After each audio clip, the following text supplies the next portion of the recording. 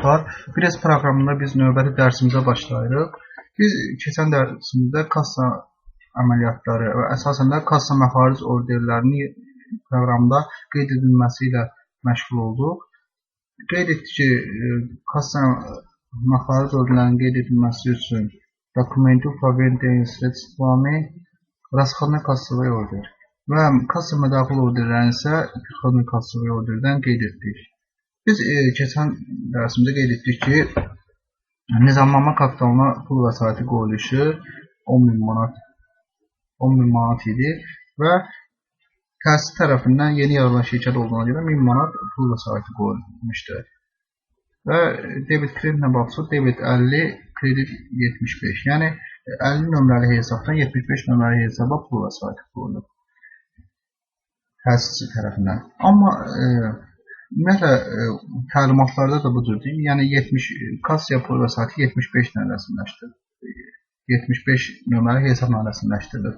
Amma nizamnamə kapitalı isə 85 nömrəli hesabdır. 75 isə təsisçilərlə hesablaşmalardır. 85 nömrəli hesaba biz deməli 75-dən 85-ə pravotqa verməliyik. Yəni biz burada kredit 75 etmişik, debit 50, amma yəni 75 nömrəli hesabda bizim 10.000 qalığımız var. Və biz növbəti əməliyyat edib debit 75, kredit 85 etməliyik ki, pul vəsaiti nizamnamə kapitalına düşsün. Ümumiyyətlə təlimatlarda da budur ki, debit 75, kredit 85 pravotqası aparılır. Bunu etmək üçün biz nə edirik? Dokumenti buxalterskiy и налоговый учет operasiya. Biz bu sənəddən istifadə edəcəyik. Və nə edirik? Biz yeni bir sənəd əlavə edirik. Şirkətimiz adını qeyd edirik yenə. Və buxalterskiy учетda yenə sənədi əlavə edəcək. Burada konkret şotlar üzrə hesablaşma aparacaq. Yəni 75 nömrəli hesab debit olacaq. Kredit də olacaq 85 nömrəli hesab. Nizamnamə kapitalı.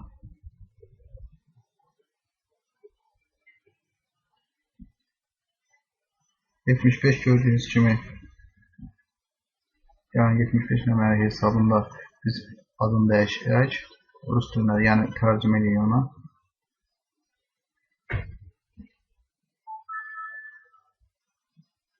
Təsislərlə hesablaşmalar hesabı.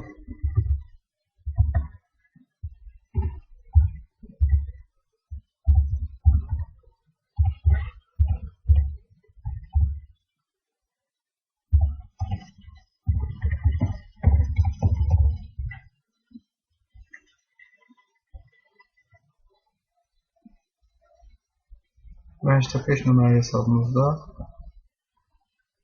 nizamnamə kapitalı və onun sub hesabları vardır. Məsələn, adi səhmlər üzrə, imtiyaz səhmlər üzrə və digər kapital üzrə sub hesablarından ibarətdir. Və biz bunu qeyd etdikdən sonra məbləği qeyd edirik. 10.000 manat. 10.000 manat və burada kredit 10.000, debit də 10.000. Və biz bunu OK edirik.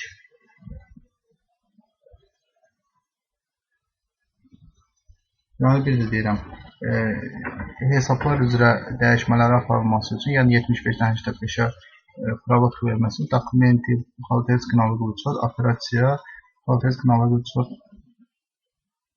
əmrindən istifadə edəcəyik. Və debit 75, kredit 85. İndi biz qayda balansımıza baxırıq. Bunun üçün keçən dəfə demişim, dövriyyə cədvəlinə baxmaq üçün отчеты, buxalterskiy налоговый учет, оборотный saldo və ведомость. Və biz bunu sformulovat etsək,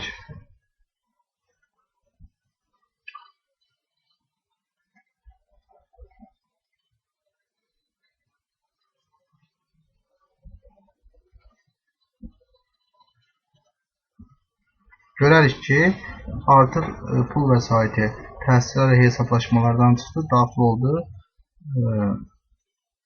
85 nömrəli hesabın kreditinə. Gördüyünüz kimi nizamlama kapitalı 10.000 manat, pul vəsaiti mənbəyi və digərləri də xərc istiqamətləridir. Debit tərəfdə.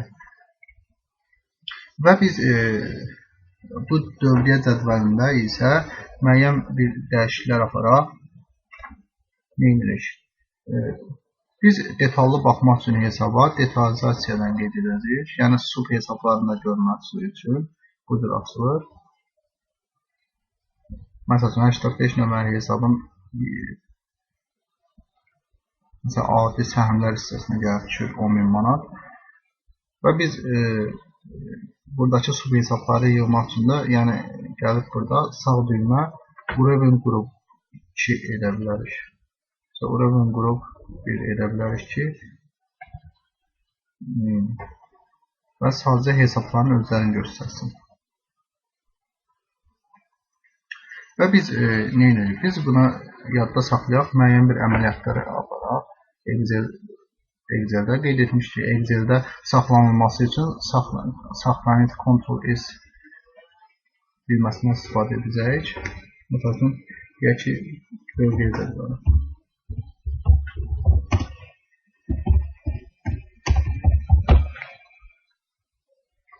Və bunu biz Excel şəklində saxlaya bilərik yaddaşda.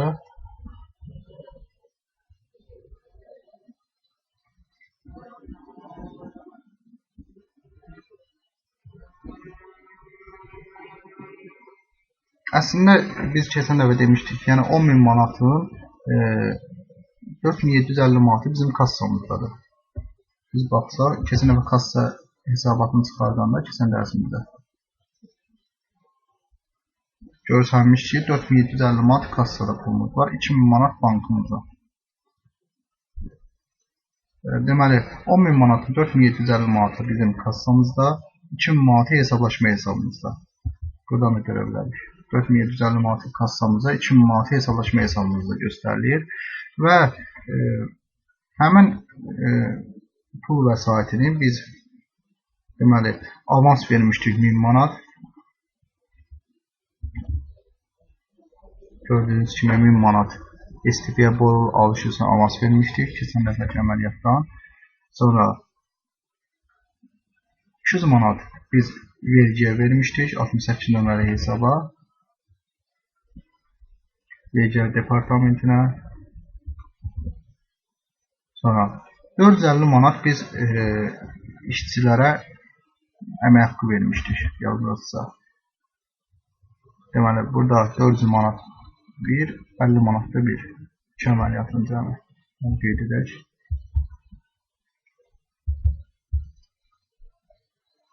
$400 manat biz Vedmusdan vermişdik. 200 manat isə 50 manat isə bir şəxsə vermişdik avans 450 manat. Əslində qeyd etdik ki 450 manat yəni mənfi deyil, gördüyünüz kimi bu debiti bildirir.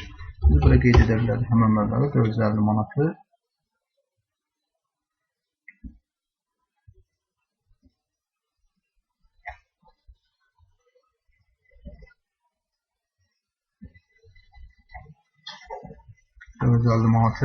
Sonra 500 manat biz təhtəli hesab şəxsə vermişdik. 500 manat gördüyünüz kimi həmən məbləğ. 1000 manat işçiyə borc vermişdik. Bu da 1000 manat və s. Və 100 manat da bizim digər xərcimiz olmuşdu. Təmiz işləriz. Bizim ümumi xərcimiz deməli ibarət olmuşdu. 2000'i daxilləmirik. 2000'də hesablaşma hesabına vermişdik. 3250 manat. Gördüğünüz gibi bu da 4250 manat. Burada 3250 manat gördüğünüz gibi. Çünkü 60'ın alt maddəsi olan burada verilmiş avanslar üzrə hesablaşmalar düşmüşdü. Yəni bunlar eyni məbləğdir. Bu bunun sup hesabıdır. Yəni verilmiş avanslar üzrə hesablaşmalar 60-ın sup hesabı kimi göstərilir və 3250 manat. 3250 manat və həmçinin 2000 manatda hesablaşma hesabımız 4750 manatda kassamızda durur. Deməli, bizdə göstərilir ki, pul vəsaitimizin mənbəyi 10.000 manat. Deməli, cəmi debitimiz olacaq 10.000 manat və pul vəsaitlərimizin istifadəsi də 10.000 manat.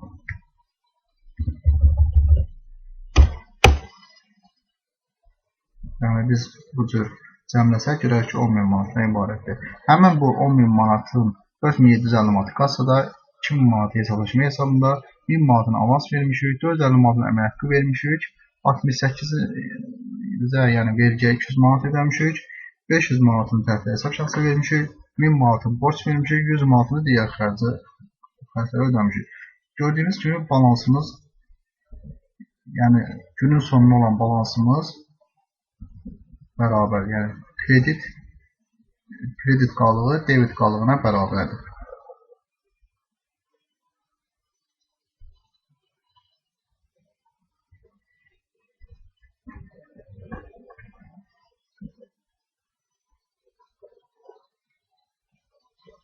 Və deməli, bu günlərin biz, bu dərsdə biz öyrəndik ki, 75-dən 85-ə necə provodka verməyi öyrəndik. Öyrəndik ki, dokumenti Falteskin alıqıcı, operasiya Falteskin alıqıcı